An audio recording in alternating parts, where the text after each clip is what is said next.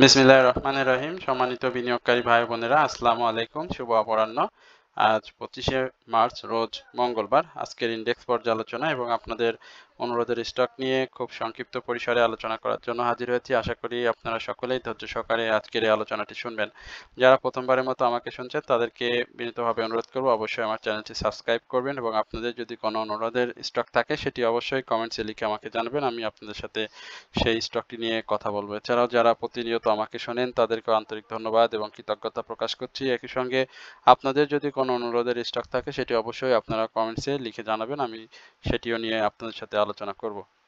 আজকের ইন্ডেক্সের শুরুতে আমি মার্কেটের ওপেনটি নিয়ে কথা বলতে চাই। মার্কেট ওপেন হয়েছিল 5196.89 পয়েন্টে এবং পজিটিভ মুভমেন্ট দিয়ে মার্কেটের একটি ফেক আপ ট্রেন্ড যেটি হয়েছিল এবং সেই আপ ট্রেন্ডকে ডে হাই হিসাবে ধরে নেওয়া হয়েছে এবং সেটি হয়েছিল 5226 পয়েন্ট। আপনারা দেখেছেন মার্কেটের আজকে 17.32 পয়েন্ট বৃদ্ধি পেয়ে মার্কেট 5214 পয়েন্টে মার্কেট আপ ট্রেন্ড হয়েছে, ক্লোজ হয়েছে। মার্কেটের আপ ট্রেন্ড স্টকের সংখ্যা বেড়েছে, একই সঙ্গে মার্কেটের যে ডাউন ট্রেন্ড সেটিও কমে এসেছে, বাট মার্কেটের যে ভ্যালু সেটি কিন্তু বৃদ্ধি পায়নি। মার্কেটের ভ্যালু গতদিন ছিল 504 কোটি টাকা, আজকে কিন্তু সেটি অস্বাভাবিকভাবেই কমে গিয়েছে, 118 কোটি টাকা লেনদেন কমেছে, অর্থাৎ গতদিনের যে লেনদেন ছিল তার থেকে 118 কোটি টাকা লেনদেন কম হয়েছে। মার্কেটের আজ আপ ট্রেন্ড স্টকের সংখ্যা যেরকমটি আপনারা দেখতে পাচ্ছেন, সেখানে কিন্তু আমরা মিউচুয়াল ফান্ড এবং ফিনান্সিয়াল ইনস্টিটিউশনের বেশ কিছু স্টকে আজকে কিন্তু আপ ট্রেন্ডে গিয়েছে এবং এই আপ ট্রেন্ডকে কেন্দ্র করে মার্কেট কিন্তু আজকে পজিটিভ হয়েছে। আপনারা যদি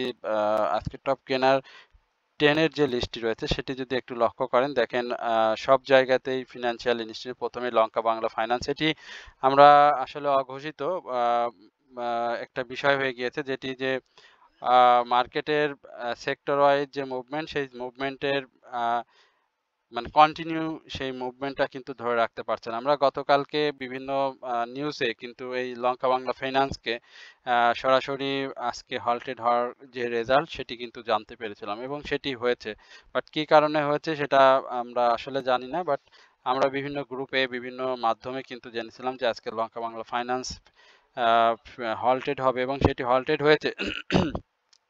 এছাড়াও আপনারা দেখতে পাচ্ছেন জেড ক্যাটাগরির বেশ কিছু স্টক আজকে হল্টেড হয়েছে এবং আমরা এই ফিনান্সিয়াল সেক্টরের মূলত আজকে স্টক 10 টপ 10 রয়েছে, সুতরাং এগুলো আর খুব বেশি ব্যাখ্যা করতে চাচ্ছি না। ইন্স্যুরেন্স সেক্টরকে দেখতে পাচ্ছেন আজকে আপ ট্রেন্ডে ছিল 33টি, ডাউন ট্রেন্ডে ছিল 5টি, ইকুয়াল ছিল 5টি। টেক্সটাইল সেক্টরে আপ ট্রেন্ড ছিল 28টি, ডাউন ট্রেন্ডে ছিল 16টি, ইকুয়াল ছিল 14টি।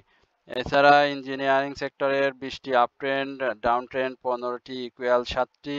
ফিনান্সিয়াল ইনস্টিটিউশন 19টি আপ ট্রেন্ডে রয়েছে, অর্থাৎ যে স্টকগুলো রয়েছে 23টি স্টকের 19টি স্টকে কিন্তু আপ ট্রেন্ড রয়েছে। আমি বারবারই ফিনান্সিয়াল ইনস্টিটিউশন এবং মিউচুয়াল ফান্ডকে বারবার আপনাদের সামনে দাঁড় করিয়েছি আলোচনার মাধ্যমে। এটি যারা আমার আলোচনা শোনেন তারা দেখেছেন যে আমি বলেছিলাম যে যেহেতু ব্যাংকের আপ ট্রেন্ড আমরা দু একদিন দেখেছি, মিউচুয়াল আপ ট্রেন্ড দু একদিন দেখেছি, সুতরাং স্বাভাবিকভাবেই ফিনান্সিয়াল ইনস্টিটিউশনও এক দুইটা মুভমেন্টে আসবে, সেটি কিন্তু আজকে দেখতে পেয়েছেন এবং এই মুভমেন্টের কারণে কিন্তু অন্যান্য যে স্টকগুলোর যে প্রাইস অ্যাকশন সেটিও কিন্তু আজকে সেভাবে হয়নি। আজকে আমরা যে চার্ট নিয়ে আপনার সাথে সংক্ষিপ্ত পরিসরে কথা বলবো, সেখানে দেখতে পাচ্ছেন যে টুইজার বটম, গতকালকেও যে কথাটি বলেছিলাম সেম একই ধরনের ক্যান্ডেল এখানে ক্রিয়েট করেছে এবং এটি ঊর্ধ্বমুখী প্রবণতা নির্দেশ করে, যেটি গতকালকেও বলেছিলাম। তবে এই ঊর্ধ্বমুখী প্রবণতাটা একটি দুর্বল ঊর্ধ্বমুখী প্রবণতা, এটা সাস্টেনেবল মুভমেন্টের জন্য এই ধরনের ক্যান্ডেল আসলে হয় না। এটি আপনারা তার যে লেনদেন সেটি দেখেই বুঝতে পারছেন যে আজকে কিন্তু গত দিনের তুলনায় 118 কোটি টাকার লেনদেন কম হয়েছে। মার্কেটের হিস্টোগ্রামের যে বারটি রয়েছে সেটি ধূসর এবং ছোট হয়ে আসছে এবং এমএসিডি অরেঞ্জ এবং ব্লু রেখা মুখোমুখি অবস্থানে প্রায় চলে আসে এবং মুভিং অ্যাভারেজ অনুযায়ী শেয়ার আমরা অলরেডি বাই সিগন্যাল দেখতে পাচ্ছি। আরএসআইটা 53.87 অবস্থান করছে, বাড়ার অনেক জায়গা রয়েছে। তো মার্কেটের আর একদিন আমরা লেনদেন দেখব। তো এই স্বাভাবিকভাবে আগামীকালকে মার্কেট বন্ধ থাকবে, আপনারা জানেন যে 26শে মার্চের বন্ধ থাকবে এবং বৃহস্পতিবার শেষ কার্যদিবস এবং শেষ কার্যদিবসটাও আমরা মার্কেটটাকে একটা ভালো অবস্থানে দেখতে পাবো। বাট এই আপ ট্রেন্ডে কিন্তু মার্কেটের যে প্রাইস অ্যাকশন, স্টকগুলোর প্রাইস অ্যাকশন, সেই স্টকের প্রাইস অ্যাকশনটা কিন্তু হচ্ছে না, কারণ দুর্বল ঊর্ধ্বমুখী প্রবণতায় অনেকেই শেয়ার বাই করতে চায় না, কারণ এখানে যেভাবে ডাউন ট্রেন্ডে আসার একটা শঙ্কা থেকে যায়। তো যাই হোক, ঈদ পরবর্তী সময় আমরা মার্কেটটাকে ভালো একটা অবস্থায় দেখব, এটাই প্রত্যাশা করি, এবং আগামী বৃহস্পতিবারের সর্বশেষ যে লেনদেনটি হবে অবশ্যই আমরা এই লেনদেনটিকে একটা পজিটিভ লেনদেন হিসেবে মার্কেটে দেখতে পাবো। তো এই হচ্ছে মার্কেট নিয়ে আমার সংক্ষিপ্ত পরিসরে আলোচনা। এরপরে আপনাদের অনুরোধের স্টক, প্রথমে সোনালী আঁশ, এই স্টকটি নিয়ে কথা বলবো। সোনালী আঁশ নিয়ে বারবার কথা বলেছি, আপনাদের অনুরোধের স্টক আপনারা বারবার জানতে চান, তার কারণে আসলে আবারও কথা বলতে হচ্ছে। সোনালী আঁশের বিষয়ে যেটি বলেছিলাম যে তার যে ডাউন ট্রেন্ড, সেই ডাউন ট্রেন্ডটা 52 সপ্তাহের 185 টাকা, এটিকে যদি সাপোর্ট রেসপেক্ট করে তাহলে খুবই ভালো, আর যদি না করে তাহলে কিন্তু আবারও ডাউন ট্রেন্ডে যাওয়ার সম্ভাবনা রয়েছে। আজকে মার্কেটের এই সোনালী আঁশের আমরা দেখেছি যে ভলিউম যেটা সেটি কিন্তু খুবই কম, কন্টিনিউয়াসলি ভলিউম তো নাই শেয়ারটিতে, যেহেতু শেয়ারটির পাবলিক হোল্ডিং রয়েছে 66 লক্ষ, এভারেজ ভলিউম 1 লক্ষর উপরে, সুতরাং ভলিউমটা গেইন করতে হবে। ভলিউমটা যদি গেইন করতে পারে তাহলে আমরা স্টকটির একটা মুভমেন্ট পাবো। আর প্রাথমিকভাবে যেটি বলবো যে 199 টাকা থেকে 200 টাকা উপরে ক্লোজ দিতে হবে, এবং সেই ক্লোজটা যদি সাকসেসফুলি দিতে পারে তাহলে আমরা শেয়ারটির আরো ভালো মুভমেন্ট প্রত্যাশা করি। সুতরাং যাদের কাছে রয়েছে তাদেরকে বলবো যে এই যে সাপোর্ট 185 টাকা, এই সাপোর্টটাকে আপনারা নজরে রাখবেন। এই সাপোর্টটা যদি ভেঙে ফেলে তাহলে কিন্তু স্টকটি আরো ডাউন ট্রেন্ডে চলে আসবে, সেক্ষেত্রে 170 টাকা থেকে 179 টাকা এই লেভেলে। আর আপ ট্রেন্ড 200 টাকার উপরে আমরা যদি শেয়ারটিকে ব্রেকআউট করতে দেখি তাহলে শেয়ারটি সামনের দিনগুলোতে আরো ভালো করবে, বাট ভলিউমটা গেইন করা খুব জরুরি, সুতরাং ভলিউমের বিকল্প নেই এই মুহূর্তে। আর জুট সেক্টরের যে মুভমেন্ট, সেই মুভমেন্টটাও কিন্তু এই মুহূর্তে নেই। তো এই হচ্ছে মূলত সোনালী আঁশ নিয়ে আমার সংক্ষিপ্ত পরিসরে আলোচনা করা। এরপর মিডল্যান্ড ব্যাংক, আপনারা মিডল্যান্ড ব্যাংক নিয়ে আমরা একটু মিডল্যান্ড ব্যাংকটা আপনাদের দেখাই। মিডল্যান্ড ব্যাংকের কি অবস্থা? মিডল্যান্ড ব্যাংক নিয়ে অনেক বেশি কথা বলেছিলাম, অনেক সতর্ক করেছিলাম আপনাদেরকে। মিডল্যান্ড ব্যাংকের সেই অবস্থা হয়তো আপনারা দেখেছেন। আমি 20 টাকা, 22 টাকা এবং তার যে ইয়ারলি হাই 36 টাকা 10 পয়সা, সেখান থেকে আমি মিডল্যান্ড ব্যাংক নিয়ে আলোচনা করেছি। আপ ট্রেন্ড যাওয়ার সময় আলোচনা করেছি, ডাউন ট্রেন্ডে আসার সময় আলোচনা করেছি। তো এই মিডল্যান্ড ব্যাংকে আমি বলবো যে তার যে লো প্রাইস যেটি রয়েছে 13 টাকা 10 পয়সা, সেটার জন্য এখন অপেক্ষা করতে হবে। শেয়ারটি এখন ক্রমান্বয়ে ডে বাই ডে তার লো ক্রিয়েট করছে, এবং সাপোর্ট যেটি রয়েছে 13 টাকা 10 পয়সা, সেই সাপোর্টটাকে যদি রেসপেক্ট করে আলহামদুলিল্লাহ, আর যদি না করে তাহলে শেয়ারটি কিন্তু আবারও ডাউন ট্রেন্ডে যাওয়ার সম্ভাবনা তৈরি করবে। সুতরাং যাদের কাছে রয়েছে আপনারা এই বিষয়গুলো মাথায় রেখে শেয়ারটি বাই সেল করবেন। এরপরে আপনাদের অনুরোধের আরো কিছু স্টক রয়েছে, আমরা সেই স্টকগুলো নিয়ে আপনার সাথে একটু কথা বলি। সেটি হচ্ছে ফোয়াং ফুড। আমরা ফোয়াং ফুডের কি অবস্থা একটু দেখে আসি। ফোয়াং ফুড ডাউন ট্রেন্ড ক্রিয়েট করেছে, সাপোর্টটাকে রেসপেক্ট করে আসে। যাদের কাছে রয়েছে আমি বলবো একটু সাবধানতার সহিত এখানে বাই সেল করবেন, যেহেতু 17 টাকা 10 পয়সা স্টকটি আজকে সাপোর্ট নিয়েছে। আমার কাছে যেটি মনে হয় যে স্টকটি 16 টাকা থেকে 15 টাকা 90 পয়সা এই লেভেলে আসার একটা সম্ভাবনা রয়েছে, এবং শেয়ারটির ক্রমান্বয়ে তার ভলিউমটা কমে গিয়েছে এবং নতুন করে সেল সিগন্যাল তৈরি করেছে, এবং একই সঙ্গে হিস্টোগ্রামের বার যেটি দেখতে পাচ্ছেন সেটিও কিন্তু লাল এসেছে।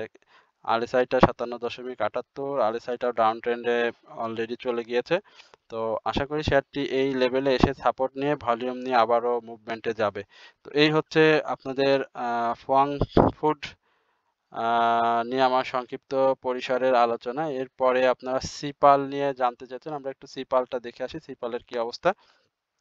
সিপালটা আজকে জেড ক্যাটাগরি যে মুভমেন্ট ছিল সেখানে আমরা সিপালটাকে মুভমেন্টে দেখেছি, এবং 2 টাকা 50 পয়সা আপ ট্রেন্ডে করেছে এবং 41 টাকা 10 পয়সা শেয়ারটি ক্লোজ করেছে। ভলিউমটাও পেয়েছে। আমি সিপাল নিয়ে এর আগেও কথা বলেছিলাম আমার চ্যানেলে।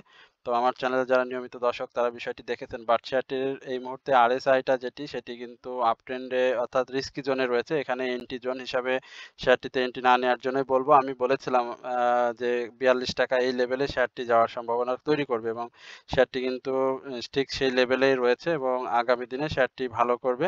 বাট শেয়ারটি আগামী দিনে সেল প্রেসার ক্রিয়েট হবে, এবং কারেকশন জোনের জন্য আমি বলবো যে শেয়ারটিতে সাধারণ বিনিয়োগকারীদের অপেক্ষা করতে হবে, যেহেতু এটি জেড ক্যাটাগরির স্টক। সুতরাং আমার কাছে মনে হয় স্টকটি ৩৯ টাকা ১০ পয়সা থেকে ৩৮ টাকা ২০ পয়সা কারেকশন জোনে আসবে এবং শেয়ারটি এই মুহূর্তে মুভিং এভারেজ অনুযায়ী বাই সিগন্যালে রয়েছে। বাট গত দিনে কিন্তু শেয়ারটিতে সেল সিনারি ছিল। সুতরাং এখানে বাই সেলের ক্ষেত্রে অধিক সতর্কতা অবলম্বন করার জন্য আমি বিনিয়োগকারীদেরকে বলব এবং ৪২ টাকা এই লেভেলে আসলে যাদের ৩৮ টাকা থেকে ৩৮ টাকা ২০ পয়সা এই লেভেলে বাই রয়েছে আপনারা শেয়ারটি থেকে অবশ্যই প্রফিট টেক করবেন।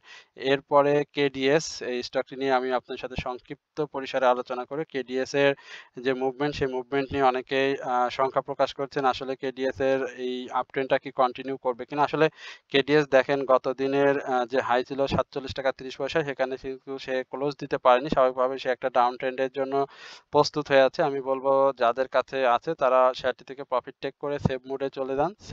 এবং শেয়ারটি ৪৫ টাকা থেকে ৪৪ টাকা ৮০ পয়সা এই লেভেলে শেয়ারটি একটা কারেকশন জোনে আসবে। শেয়ারটিতে বাই সিগন্যাল রয়েছে বাট এখানে শেয়ারটি ২-১ টি যদি আপ ট্রেন্ডে চলেও যায় ছোটখাটো মুভমেন্ট দিয়ে বাট শেয়ারটি কিন্তু ডাউন ট্রেন্ডে চলে আসবে এবং এই ৪৪ টাকা এই লেভেলে শেয়ারটির একটা কারেকশন জোন থাকবে।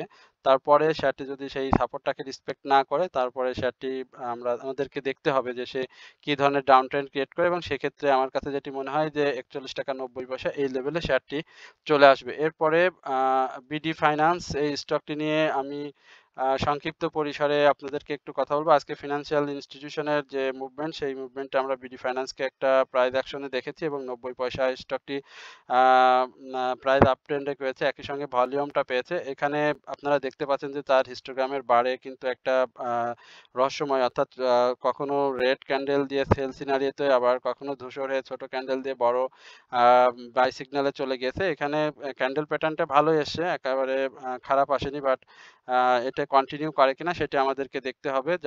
যাদের কাছে আছে আমি বলব যে অবশ্যই আপনারা এই স্টকটি থেকে ১৭-১৩ টাকা ৭০ পয়সা যে লেভেলে রয়েছে হাই রিসেন্ট হাই এটিকে যদি টাচ করে তাহলে আপনি স্টকটি থেকে প্রফিট টেক করে নিবেন। আর যদি এই সেক্টর মুভমেন্ট যেটি রয়েছে এই মুভমেন্টটা যদি কন্টিনিউ থাকে তাহলে আপনারা এই স্টকটি থেকে প্রফিট পাবেন আরো ভালো। যেহেতু আরএসআইটা ৫৮.৩০ এ অবস্থান করছে সেখানে আরএসআই বাড়ারও অনেক সুযোগ রয়েছে। আর সাপোর্ট জোন যেটি রয়েছে সেখানে আমি বলব যে ১২ টাকা ৭০ পয়সা এটি স্টকটির জন্য একটা ভালো সাপোর্ট জোন। এরপরে অরিয়ন ফার্মা এই স্টকটি নিয়ে আপনারা জানতে চাইছেন। আমরা একটু অরিয়ন ফার্মা এই স্টকটি নিয়ে আপনাদের সংক্ষিপ্ত পরিসরে একটু কথা জানানোর চেষ্টা করি। অরিয়ন ফার্মার ক্যান্ডেলটি ভালো আসেনি। আপনারা জানেন যে অরিয়ন ফার্মা বেশ কিছুদিন ধরে একটা ডাউন ট্রেন্ডে রয়েছে ফার্মাসিউটিক্যাল সেক্টরে এই স্টকটি। আমরা এর আগেও দেখেছি জেড ক্যাটাগরি যে স্টকগুলোর মুভমেন্ট সেখানে অরিয়ন ফার্মার কিন্তু সেভাবে মুভমেন্টটা আসেনি। সাইডওয়েজ মুভমেন্ট দিয়ে এখন পর্যন্ত তার লাইফ সাইকেলটাকে পার করছে। হিস্টোগ্রামের বারে বাই সিগন্যাল থাকলেও শেয়ারটি ভলিউমটা গেইন করতে পারছে না। গত দিনের তুলনায় আজকে ভলিউমটা পেয়েছে। বাট স্টকটি আমি বলব যে ৩২ টাকার উপরে অবশ্যই প্রাথমিকভাবে ক্লোজ দিতে হবে এবং পরবর্তীতে ৩৩ টাকা ৫০ পয়সার যে বাধাটি রয়েছে এটি যদি সাকসেসফুলি ব্রেকআউট করতে পারে তাহলে আমরা শেয়ারটিকে নতুন করে চিন্তা করব। যেহেতু এটি জেড ক্যাটাগরির শেয়ার সুতরাং বাই এবং বায়ের ক্ষেত্রে আমি বলব যে অধিকতর সাবধানতা অবলম্বন করবেন। এরপরে আপনাদের অনুরোধের আরো বেশ কিছু স্টক রয়েছে। আমরা মতিন স্পিনিং নিয়ে আপনাদের সাথে একটু কথা বলতে চাই। মতিনের কি অবস্থা রয়েছে?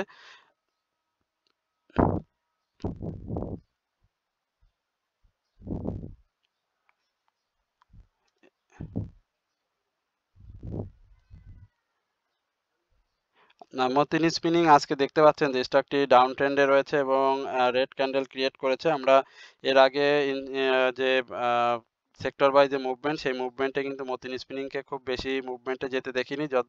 যখনই গিয়েছে ২০ পয়সা ১০ পয়সা এবং সর্বোচ্চ ৭০ পয়সা পর্যন্ত দু একটি মুভমেন্ট দেখেছি।